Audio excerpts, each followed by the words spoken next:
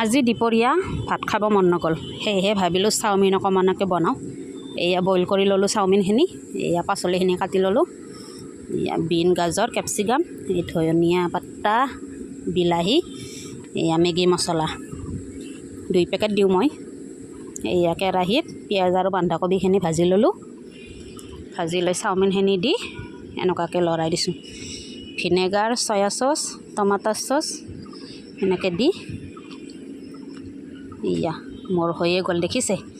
কলো এটা লৈ লৈছোঁ, চিলি জ্বালা চচটো আৰু টমাটৰ চচ আৰু এটা কল লৈছোঁ দেই।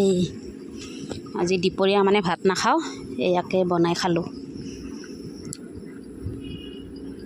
আপোনালোকে কি খালে বাৰু? কেতিয়াবা হয়নে মোৰ নিচিনাও, কেতিয়াবা ভাত খাব মন নাযায় মোৰ।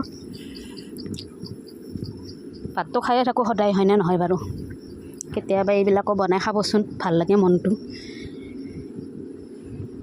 Bye bye.